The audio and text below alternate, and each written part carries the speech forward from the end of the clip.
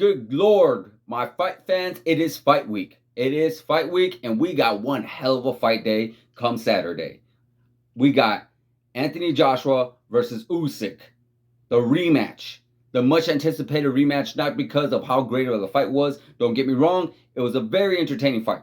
Very entertaining, and we look forward to see what happens next. Because of course we know this whole thing about Tyson Fury going down, about him retiring. But something tells me that if and only if Anthony Joshua does get this victory come Saturday, we will see Tyson Fury come back. We will see him come back into the ring to get that undisputed heavyweight championship, to claim all belts against Anthony Joshua. The much anticipated fight that we all wanted to see for such a long time. For such a long time, we've always wanted to see Tyson Fury versus Anthony Joshua. This fight was supposed to take place multiple times, fell out for a lot of different reasons, but I promise you, that will take place. Now, maybe I could be wrong. Tyson Fury could say, you know what? I don't care. I'm gonna stay retired. I'm gonna be with my family. Cool, absolutely.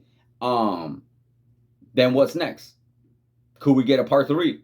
Because yeah, if Anthony Joshua does win, then we got 1-1. You know, you got Anthony Joshua, you got Usyk, both won apiece. So we could see a third fight come December, possibly. And would I hate it? No, not absolutely, not necessarily. I mean, I would like to see how the second fight plays out first. Or you got Andy Ruiz and Ortiz coming up. I believe it's in September, the first week of September, if I'm correct. That's a really fun fight. And we do know that Andy Ruiz and Anthony Joshua won a piece as well. You know, we remember that crazy upset that Andy Ruiz did on Anthony Joshua, knocking him out and becoming, you know, the first Mexican heavyweight champion of the world. And then we remember part 2 where Anthony Joshua pretty much outboxed him completely for 12 rounds, just dominated him. So that could be another rubber match we could see down the line. Just right now, guys, it is a super fun time to be a boxing fan because we got so many matchups to look forward to. A lot of matchups to look forward to, and I'm looking forward to this one come Saturday. It's actually on early, but that's not the only fight that we got coming on Saturday. We also got the bare knuckle boxing, bare knuckle fighting. We got MVP versus Mike Perry. Wow, that's actually going to be a very fun matchup. We know Mike Perry from UFC. Mike Perry was a straight up striker, a straight up brawler, a guy that did not give a shit. He went in there to fight. He didn't go in there for a submission. He didn't go in there for wrestling. He didn't go in there to try to kick you and outpoint you. He went in there to knock your face off. And we saw that in his bare knuckle boxing debut against, I think his name is Julian Lane. And that was a great fight too. That was actually a really fun one. A real bloody one. Good Lord. And Julian Lane is no punk. You know, he's definitely a tough guy in the bare knuckle world. So now, we got MVP making his bare knuckle debut. I know he's still going to be with Bellator. But I guess they're letting him do this thing, which is cool. All respect. But I'm very excited to see this because now we know MVP has some hands. This guy has some hands. But can he manage to do this without using, obviously, the knees, the elbows, the kicks, and all the other weapons that you can use in the MMA world?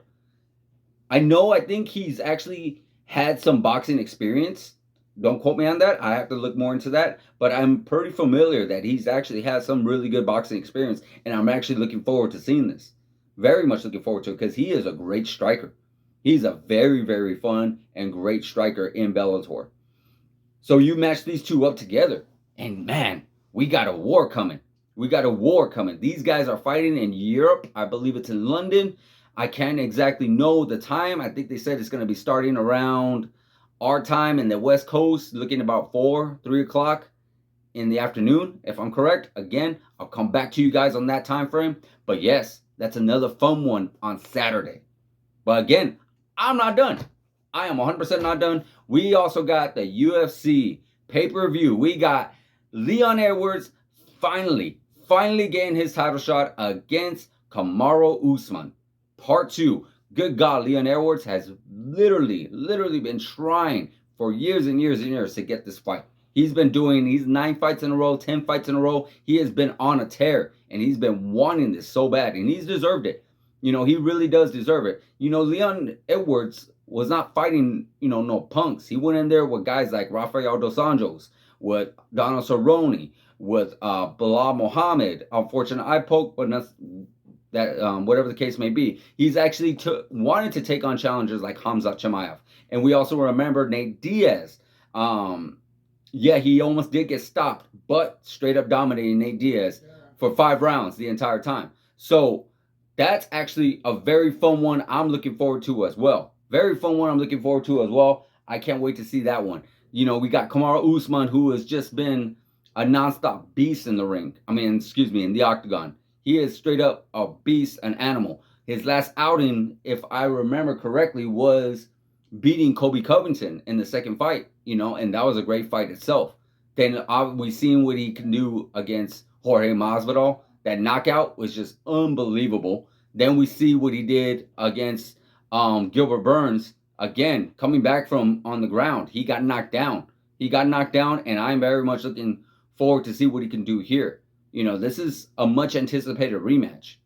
A lot of people are kind of sleeping on it, and they're like, maybe it's not something that we were determined to see. But no, I'm very much really interested in seeing this. Because, Leon Edwards has definitely deserved it. And we got Kamar Usman, who has just been looking better and better and better. That's going to be a very fun fight. But that's not the only fight on there. We got Luke Rockhold versus Paulo Costa. Luke Rockhold finally making his return back to the octagon after a really long layoff and coming back to the middleweight division. We got Paulo Costa. We know him. He's had his ups and downs. Ever since that Israel Adesanya fight, he has not quite been the same.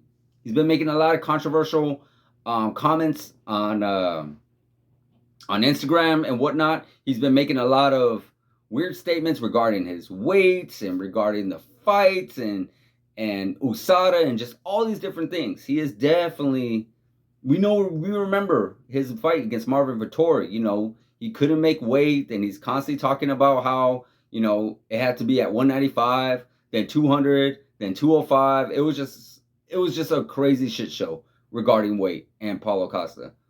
So, but if Paulo Costa comes in dedicated and ready to go, comes in at the middleweight weight limit, which is 185, and we got Luke Rockhold, who is ready. He has talks about it. He's done interviews saying how refreshed he is. He went through a lot of personal issues back in the day. So he talks about this. He comes in ready. We see Luke Rockhold, the one that beat Chris Weidman for the title. Oh my God, we got ourselves a fight. Because whatever Paulo Costa is going through, that guy can fight. There's no doubt about it. We remember that fight he had with Marvin Vettori. Great fun fight. And we remember that great fight with Yoel Romero. So that's why I'm very much looking forward to this. And these guys have been trash talking each other for a long time now. They've been staring at each other from across the cage for a long time, and they wanted a piece of each other, and now they got it, and now it's happening on the undercard. But again, not the only fight on there. You got Merab versus Jose Aldo. We got Jose Aldo. This guy is like, I don't know. It's like this, literally, if the fountain of youth existed, somehow Jose Aldo found it. He found it because it just feels like this guy don't get old. He does not get old. It's like, it feels like he has looked the same ever since his WEC days. And now he's even looking just like that. His last performance against Rob Font, that knockout he had, or it was not really a knockout, but that liver shot he gave Jeremy Stevens. Even that tough fight that he had against Peter Yan. He has always looked like the Jose Aldo of old. He is looking more dominant, more great. He dropped down being the featherweight king.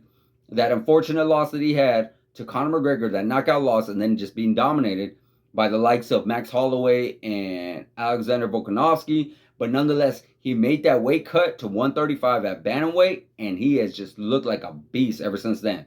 Aside from that loss to Peter Yan, the guy has just looked really unstoppable. unstoppable, and I'm so much looking forward to this fight against Merab, who is a tough contender. He trains with Aljamain Sterling, the champ. He is with Matt Serra. I actually remember him in the Dana White Looking for the Fight series. I remember when they got him, I think it was the New York episode. Very tough fighter, very tough contender, comes from a tough training camp. So I'm looking forward to that fight. Oh my God. Like I said, guys, as you can see, I am super excited for Saturday. Super excited. It's going to be literally an all day of fights. We're looking at hours and hours of fights. And I can't wait. Let me know which fight you guys are looking forward to. Are you looking forward towards the Anthony Joshua versus Usyk? You looking forward to that bare knuckle? You got MVP versus look at this. I'm so excited. I'm even drawing a blank on his name. You got MVP versus Mike Perry. You got the whole UFC card, the whole UFC pay-per-view card. You got the Leon Edwards and Usman. You got Luke Rockhold, Paulo Costa. You got Merab. You got Jose Aldo. Again, guys, it's going to be a fun night. Fun night. Let me know which ones you're looking forward to in the comments. Like, subscribe, hit that notification button, and I'll see you guys in the next video.